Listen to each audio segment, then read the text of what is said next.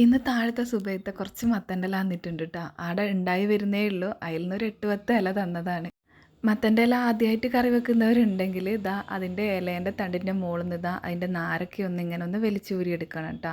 ഇതറിയാത്തവരൊന്നും ഉണ്ടാവില്ല, എന്നാലും ചിലർ ബിഗിനേഴ്സ് ഉണ്ടാവില്ല, അവർക്ക് വേണ്ടി പറഞ്ഞതാണ് കേട്ടോ. ഈ സാധാരണ മത്തൻ്റെ ഇല കിട്ടിയാൽ നമ്മൾ കാന്താരിയും ഉപ്പും ഒക്കെ ഇട്ടിട്ട് വേവിച്ചിട്ട് അരച്ചിട്ടാണ് വറവിട്ടെടുക്കുക. ഇതിപ്പോൾ ഞാൻ 2-3 വീഡിയോയിൽ കണ്ടിട്ടോ, ചീര വെക്കുന്നത് പോലെ ഉപ്പേരിയാക്കി വെക്കുന്നത്. അപ്പോൾ അതുപോലെ ഒന്ന് ട്രൈ ചെയ്ത് നോക്കാമെന്ന് വിചാരിച്ച്, എന്നിട്ട് ടേസ്റ്റ് ഉണ്ടെങ്കിൽ വീഡിയോ നിങ്ങളായിട്ടും കൂടെ ഷെയർ ചെയ്യാമെന്ന് വിചാരിച്ച് അങ്ങനെ ഷെയർ ചെയ്ത വീഡിയോ ആണിത്.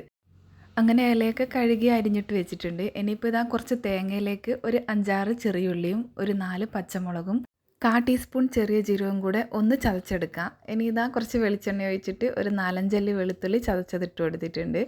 ഇനി ഇതിലേക്ക് നമ്മൾ നേരത്തെ ചതച്ച് വെച്ചതും കൂടെ ഇട്ട് കൊടുത്തിട്ട് നന്നായിട്ടൊന്ന് ചൂടാക്കുക. ഇതിലേക്ക് 1/4 ടീസ്പൂൺ മഞ്ഞൾപ്പൊടിയും കൂടെ ഇട്ട് കൊടുത്തതിൻ്റെ ശേഷം നമ്മൾ കഴുകി വെച്ചത് ആ മത്തൻ്റെ ഇല ഇതിൻ്റെ മുകളിലേക്ക് വെച്ച് കൊടുക്കുന്നുണ്ട്. ഇത് വെന്ത് കഴിഞ്ഞാൽ കുറച്ചേ ഉണ്ടാവും കേട്ടോ.